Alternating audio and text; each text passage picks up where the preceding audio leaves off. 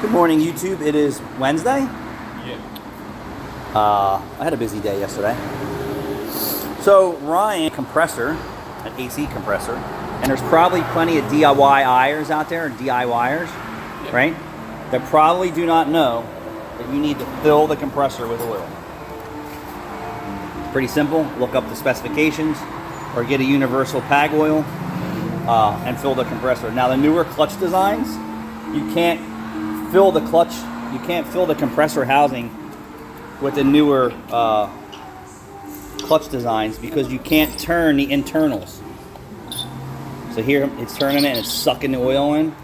So this is where you would need a machine to pump in oil. So the AC machines today, you can measure out specified amounts of oil and inject it.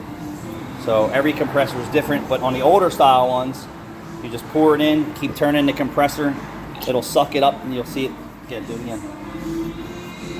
See, it's now we know that the body's full of oil. He's ready to go install it. Thanks for watching.